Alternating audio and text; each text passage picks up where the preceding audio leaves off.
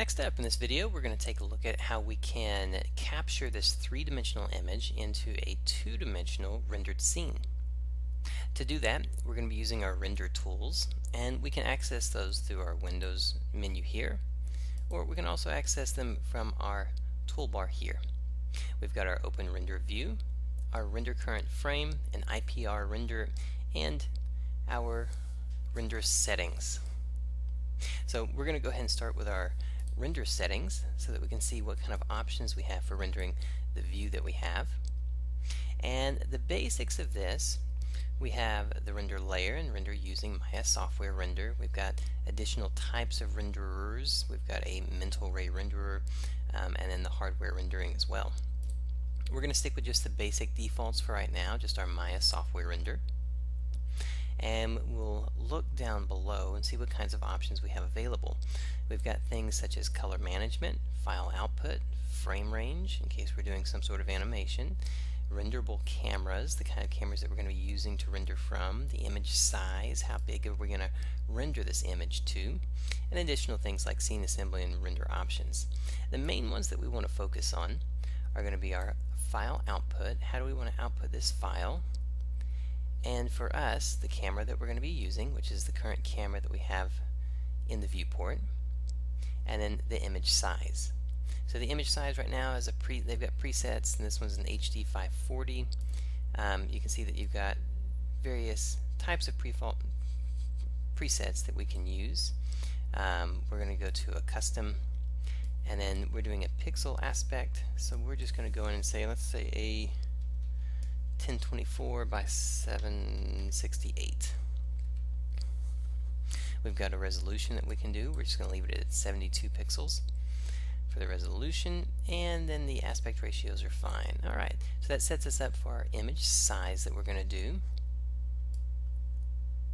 And if we go back up here and we go to our file output, the file name, if we want to add a prefix, we can add a prefix. The image format, right now it's the Maya IFF file, but what we want to do is set something a little bit different. Let's go down and we're just going to use a PNG, a .png file format.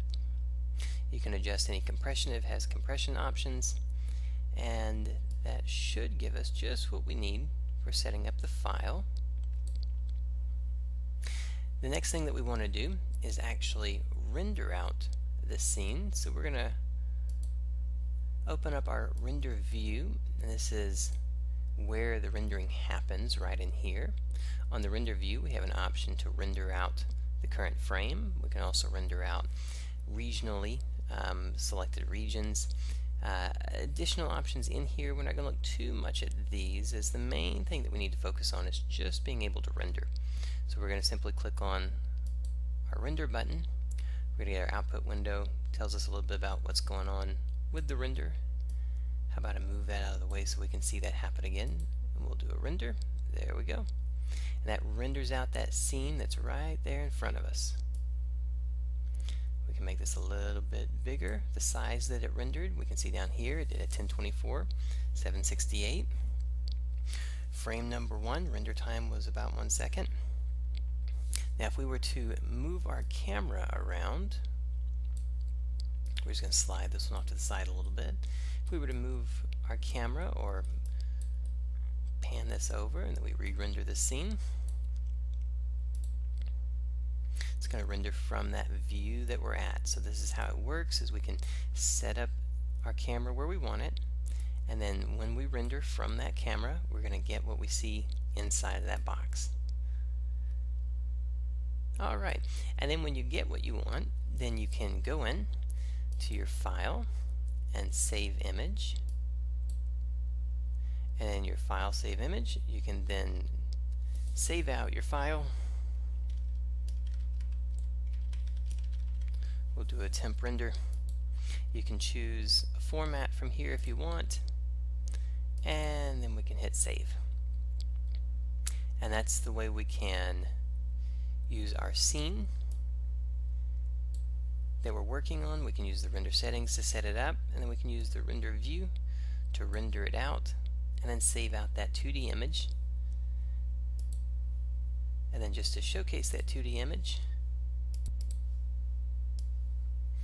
We can load up the image in a viewer, and we can see that we now have our 2D image that we could bring into any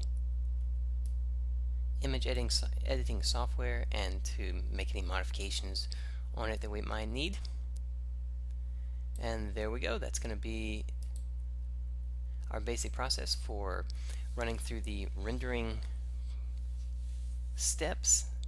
Definitely take a minute with it and set up some scenes. Use the scene that's provided and just work with it, changing up the camera, changing up the position, and trying to do some renders and getting comfortable with that process.